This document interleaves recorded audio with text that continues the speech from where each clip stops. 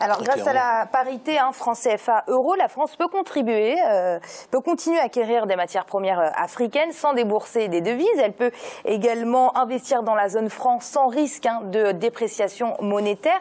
Donc c'est clair, le franc CFA arrange la France. Daouda, est-ce qu'il arrange les pays africains qui l'utilisent ? Oui, c'est là que viendra ma nuance, parce que je crois que il faut que l'Afrique se dote de sa monnaie, c'est une question de souveraineté nationale maintenant. Et pour revenir sur votre question, je crois qu'il faut quand même rester prudent. Moi, je pense. Il faut rester prudent dans la mesure où, une fois que le principe de la sortie du CFA est posé, il nous faut en face des propositions, des stratégies qui sont fiables et qui ne contribuent pas à effondrer les économies qui sont actuellement dans la zone CFA. Parce que la libre convertibilité et la parité fixe, ils ont quand même des avantages. Les avantages, c'est qu'aujourd'hui, quelle que soit la fluctuation de votre économie réellement, vous avez une parité fixe entre CFA et euro, et du coup, par prolongement, vis-à-vis du dollar. Voilà. Maintenant, pour le dernier élément que je peux dire à ce stade, c'est que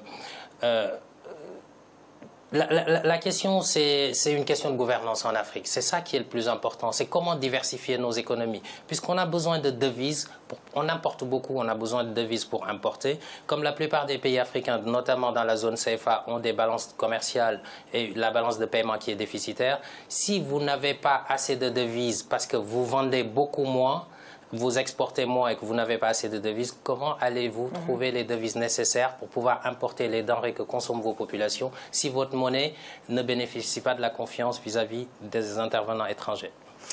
C'est vrai que cet argument, la stabilité de cette monnaie due à l'arrimage du franc CFA à l'euro est un argument très souvent répété pour les pros franc CFA. Je ne dis pas que vous êtes un pro franc CFA, pas du tout, Daouda.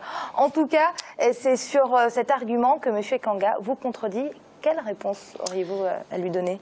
J'en ai une, effectivement, parce que bon, je comprends. Globalement, on partage la même idéologie, sortir du franc CFA. Mais alors, pour vous répondre, je vous dirais tout simplement que les pays que vous avez cités, c'est les États-Unis et la Chine. Il n'y a aucune économie africaine aujourd'hui qui ressemble ou qui peut se targuer des indicateurs et des réserves de change qu'ont ces deux pays. Effectivement, en cas de fluctuation économique, c'est ce que je disais, et d'ailleurs ça peut être même une fluctuation politique. Vous avez une guerre dans une zone, les marchandises n'arrivent plus, ne sortent plus, il vous faut adapter votre monnaie. Et on sait qu'un certain nombre de crises existent en Afrique. Et donc, à partir de ce moment-là, effectivement, je pense que dans le cas de la Chine et des États-Unis, ils peuvent très bien, les États-Unis vont dérouler la planche à billets s'ils veulent baisser le dollar. La Chine a des avoirs même du Trésor américain. Ils ont des économies, ces pays ont des économies totalement diversifiées. Ça veut dire que même si vous bloquez l'entrée des marchandises pour les importations, ils peuvent fabriquer des choses que leur population consomme eux-mêmes. Donc il n'y a pas d'asphyxie à ce niveau-là, quelle que soit la valeur de la monnaie. Une asphyxie moindre en tout cas. Dans le cas des pays africains, c'est totalement le contraire. On a très peu rapidement de pays qui ont une balance commerciale excédentaire. Et c'est bien ça le problème. Moi je dis qu'il faut sortir du franc CFA, mais diversifions. Produisons ce que nous consommons et à partir de ce moment-là, on pourra effectivement dérouler la politique monétaire que l'on souhaite. Si on ne le fait pas et qu'on ne stabilise pas le cadre macroéconomique, le cadre politique et qu'on sort de manière hasardeuse, il y a des risques.